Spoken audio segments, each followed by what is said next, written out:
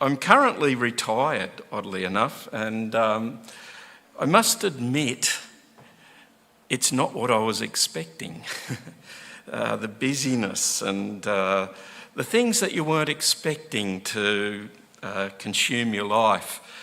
The last few weeks have been very exciting.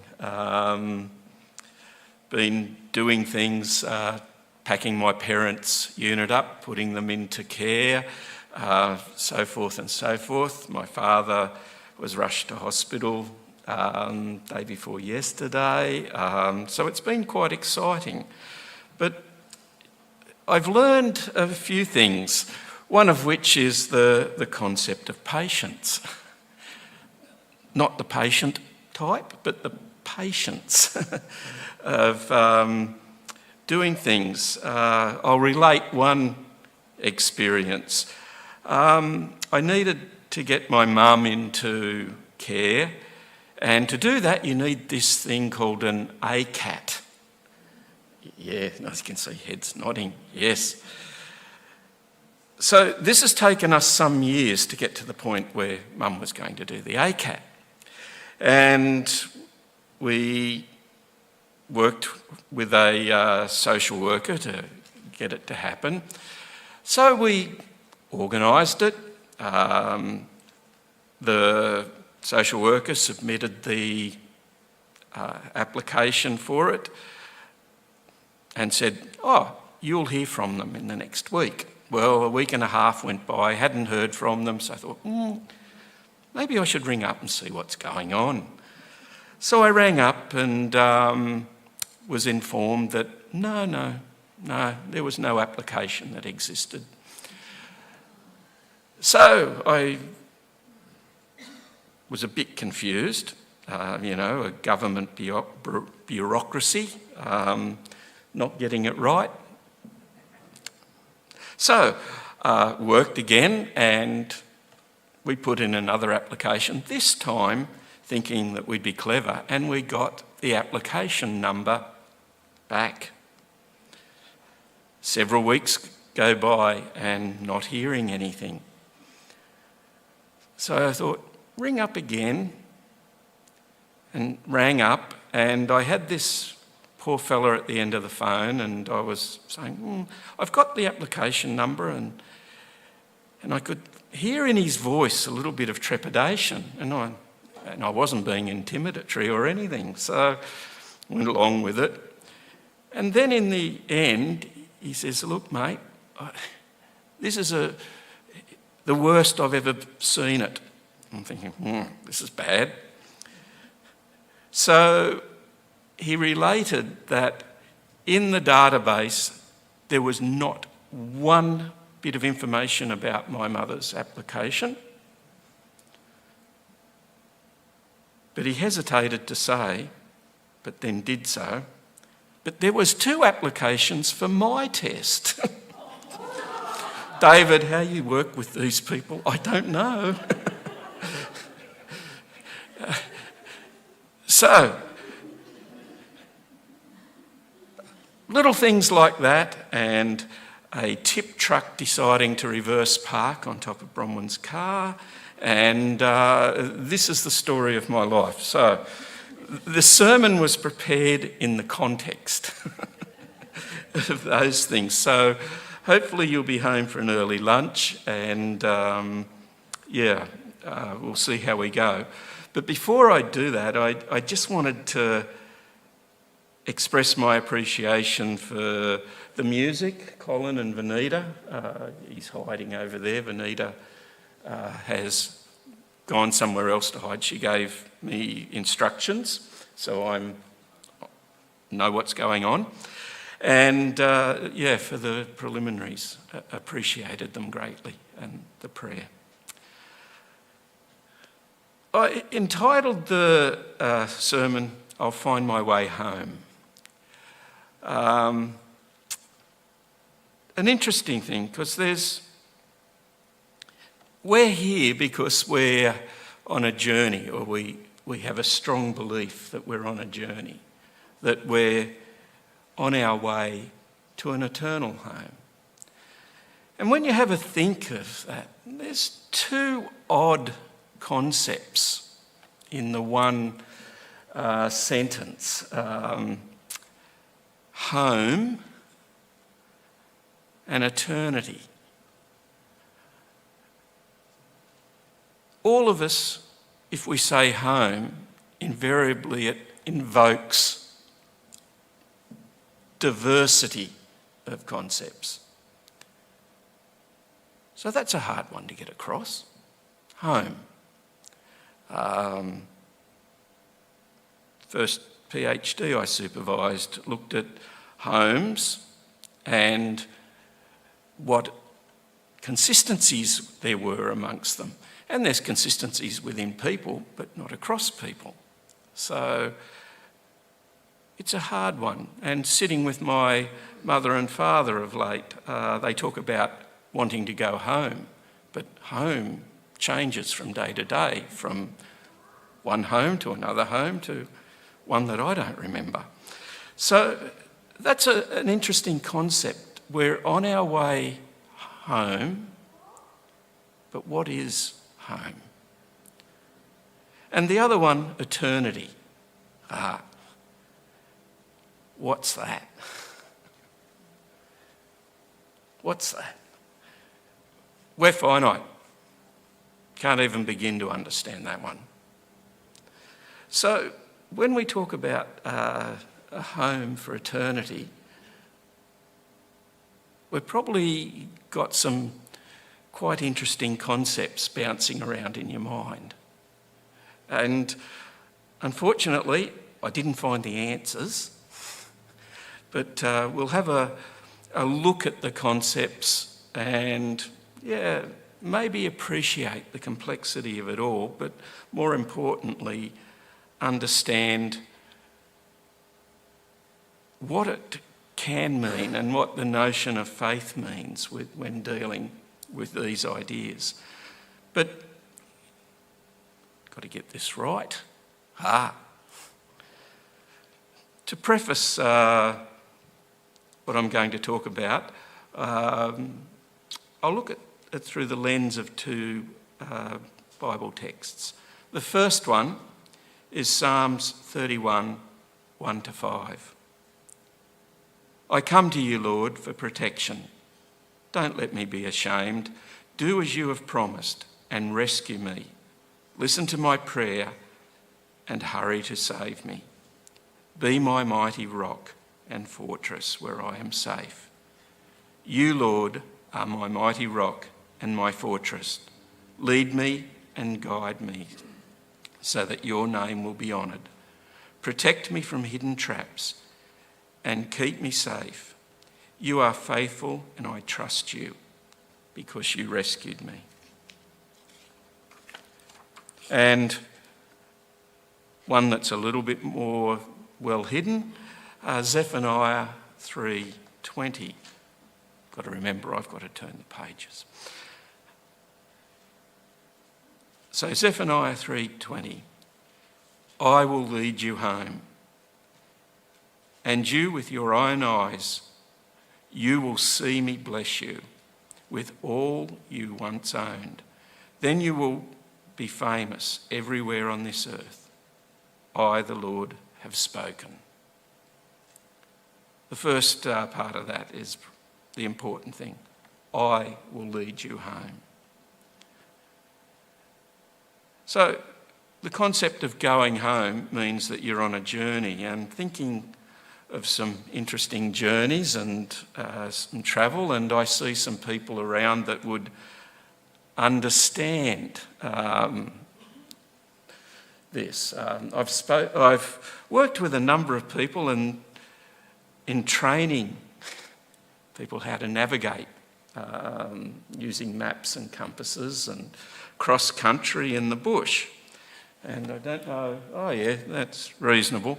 But I've got some people with prowess at this, like there's Joy. I know George is very good at this. And Gov, he's good, I've seen him out there. But one of the things that invariably gets learners and even not so learners a little confused is something that I've tried to capture on the page. I couldn't get a really good example of it, but if you have a look at it, we tend to walk on ridge lines when we're going places, just to make it a little bit easier. Now, the thing that the map doesn't show you is, especially some of the places we've been, it's pretty scrubby out there.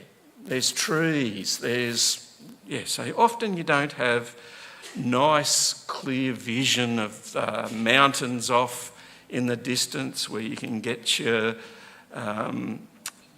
alignment with your compass and away you go. It's not like that, unfortunately. But the one that causes the most problems, from my experience, is where you're walking along a ridge line and you come to a knoll, and at the end of the knoll there is two ridge lines going off, but they start next to each other, and for all purposes you see, not sure what's going on here, they're going in the same direction. Now where you come,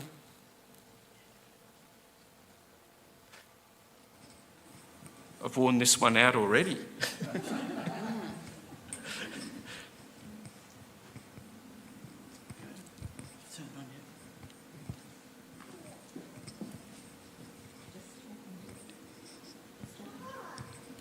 Hello? Ooh. Now I've got more things to control. Okay.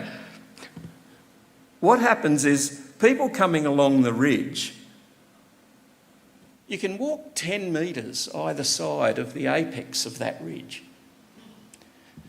If you're on in this case, the western side of the ridge, you would see the western ridge line disappearing off into the distance, and you would get a bearing that would be, oh yeah, this is where I go. But if you're slightly on the eastern side of that one, you take a bearing and you've got another ridge line. I know people that reached that point and they took their bearings and off they walked. They had to be rescued by helicopters, and they were a Pathfinder director, and so it's not an easy thing. You've got to make the correct decisions, you've got to be in the right place, you've got to understand what you're doing. And I felt that was a good analogy for the journey that we're on. So if we, and I apologise, I've been doing a lot of reading in C.S. Lewis of late, but I've found some interesting insights. The first one, we are not living in a world where all roads are radii if a circle, and were all, if followed long enough, would therefore draw gradually nearer and finally meet at the centre. Rather in a world where every road, after a few miles, forks into two, and each of those into two again. And at each fork, you must make a decision. So it's not straightforward. Life is full of these decisions. And yeah, we know a lot of them relating to just everyday life.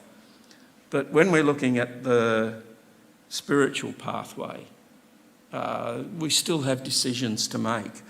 And those decisions are like that map that I showed you.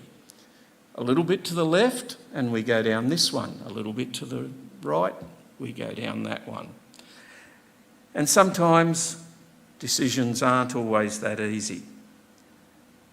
So if we look further at the context of what we're, the world we live in and the journey that we're on. I hope, some should be able to read this. Again, this is a letter written by Lewis. The doctrine of the fall, both of man and some of the gods, elders or angels, is the only satisfactory explanation. Evil begins in a universe where all was good. From free will, which was permitted because it makes possible the greatest good of all. The corruption of the first sinner consists not in choosing some evil thing. There are no evil things for him to choose, but in preferring a lesser good, himself, before a greater God. The fall is in fact pride. The possibility of this wrong preference is inherited in every fact of having or being a self at all. But though freedom is real, it is not infinite. Every choice reduces a little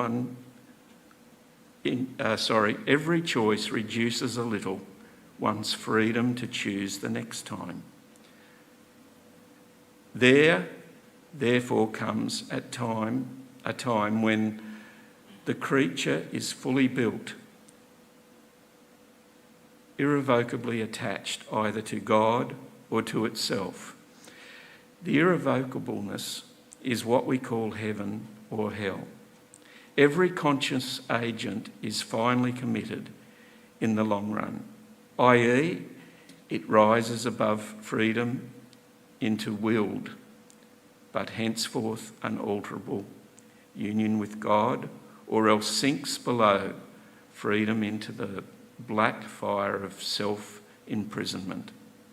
That is why the universe, as even the physicists now admit, has a real history, a fifth act with a finale in which the good characters live happily ever after and the bad ones are cast out. At least, that is how I see it. It was an interesting way of looking at it. Sin wasn't there to choose. It was just choosing a lesser good, and that's how it all started.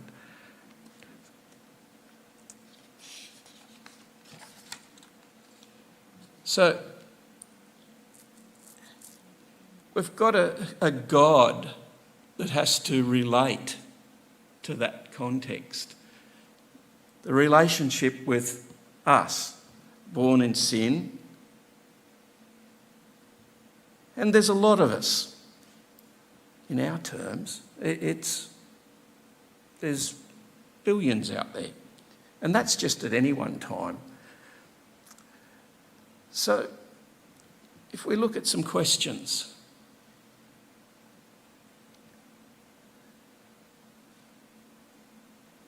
does God condescend to show people the way through this world? Is he a micromanager?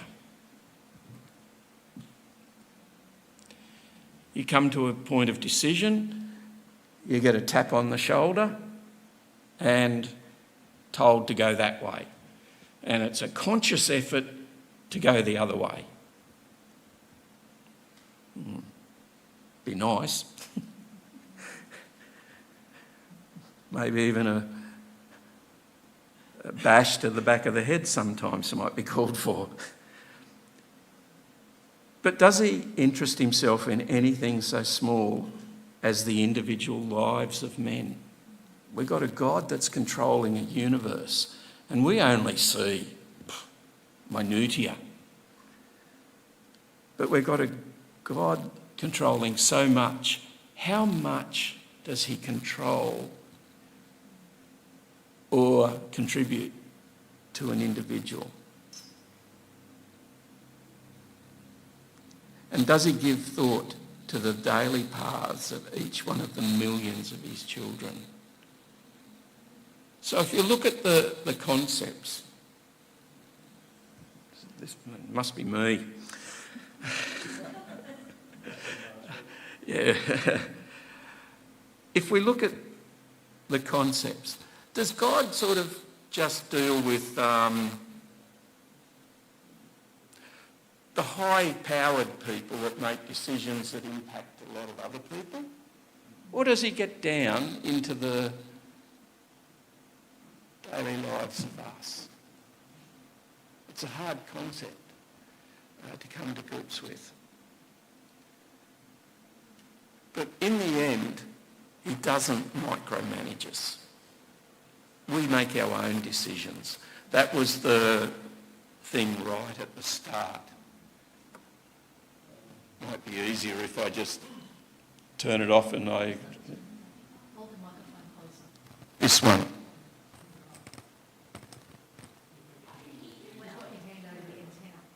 Have I? Oh. That one too? Oh, okay. It's not the volume, it's the other noise. Okay, we'll try again. So the impacts of decision making. Again, turn the page. Every time you make a choice, you are turning the central part of you, the part of you that chooses, into something a little different from what it was before. You are slowly turning this central thing either into a heavenly creature or a hellish creature. Or another quote, good and evil both increase at compound interest. That is why the little decisions you make and I make every day are of such infinite importance. The smallest good act today is the capture of a strategic point from which a few months later you may be able to go on to victories you never dreamed of, an apparently trivial indulgence in lust or anger today is the loss of a ridge or a railway line or a bridgehead from which the enemy may launch an attack otherwise impossible. So it's that daily little decisions that we need to be conscious of. And those decisions ultimately lead us home or to the alternative.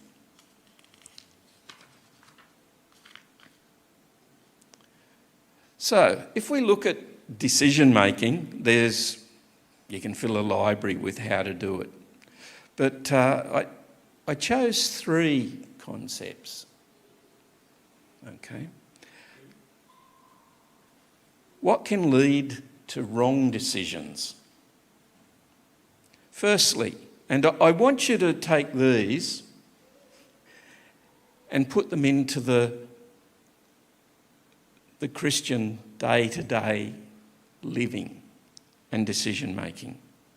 The first one, narrow framing. You only look at the options immediately presented to you, and therefore you miss potentially good options. The second, confirmation bias. You gather self-serving information that further entrenches your perspective and may lead you down the path of a poor decision. So that way you're just making every decision based on your own benefits. And then the last one, overconfidence. You think you know more about how the future will unfold than you actually do. A corollary is that you deliver your chances of success are much higher than they actually are. Try another. That's 2 I've worn out. Is there a... Okay. Adjustment. They're going to throw harder. Is that working? Number 15, yeah.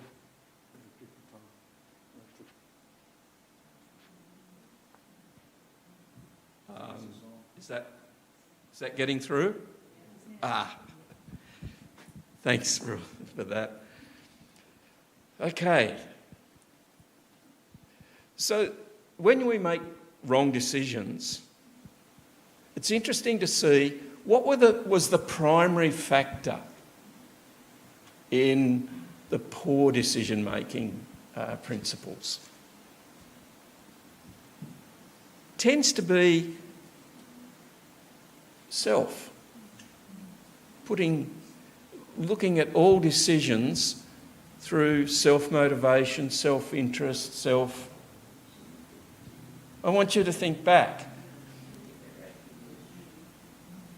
The entrance of sin, the decision that was made was looking at and saying self was better, when really it was lesser. So it's a bit of a hard race to run, really, and there's a lot of pitfalls. And I think the important thing is going back to those first texts that I read. The primary concept that it was getting across, that somebody was going to take the journey with us. Wow, I'm going to get 4. Is this a record? So we don't have to do all of this on our own. We don't have to rely on the lens of self-interest, self-focus.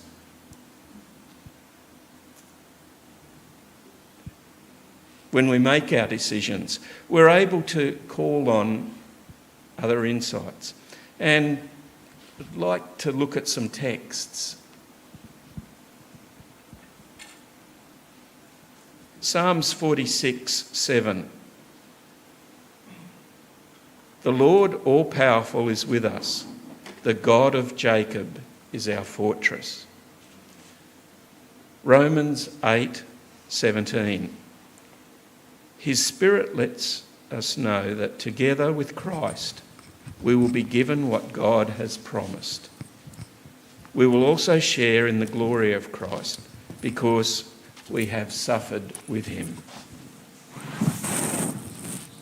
2 Corinthians 4:9. In times of trouble, God is with us, and when we are knocked down, we get up again. I think there was a song to do something about that. Playing football they used it for. And then finally, 2 Corinthians 1:21. And so God makes it possible for you and us to stand firmly together in Christ. God is also the one who chose us. So what we have, we can have the opportunity to make our own decisions, uninformed decisions, self-interested decisions, or we can inform those decisions. We can take guidance, we can take direction. But to do that, we need to be open to it. Which is very hard because you go back to the original thing. What was it? It was putting self. Focusing on self takes away the opportunity to hear or receive the direction to make well-informed decisions, to choose the correct pathway, going down the correct ridge line instead of wandering off into the wilderness and requiring helicopters to come and get you. So there is support, but we've got to take hold of the opportunity to accept that.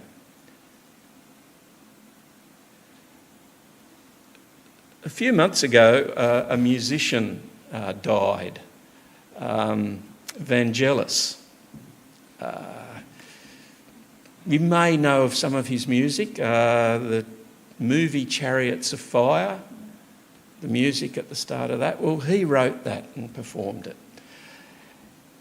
He was he started out as a rock artist in the 60s, yeah.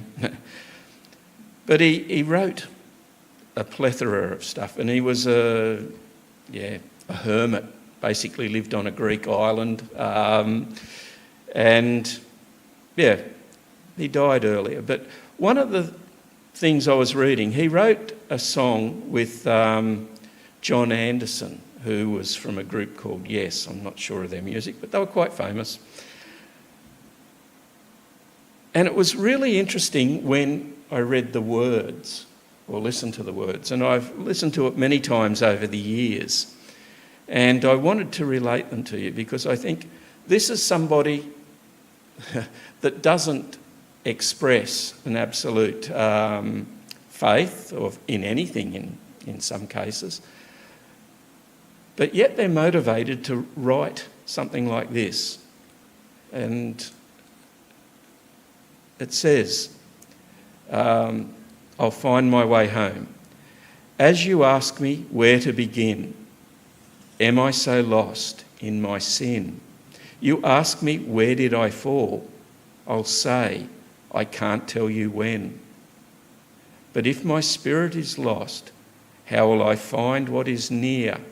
Don't question, I'm not alone. Somehow I'll find my way home. My sun shall rise in the east, so shall my heart be at peace. And if you're asking me when, I'll say it starts at the end. You know you will be free is matched with love secretly. And talk will alter your prayer. Somehow you'll find you are there. Your friend is close by your side and speaks in far ancient tongue. A season's wish will come true. All seasons begin with you. One world we all come from, one world we melt into one. Just hold my hand and we're there. Somehow we're going somewhere. Somehow we're going somewhere. You ask me where to begin. Am I so lost in my sin? So you ask me, where did I fall? And I'll say, I can't tell you when. But if my spirit is strong, I know it can't be long. No questions, I'm not alone. Somehow I'll find my way home.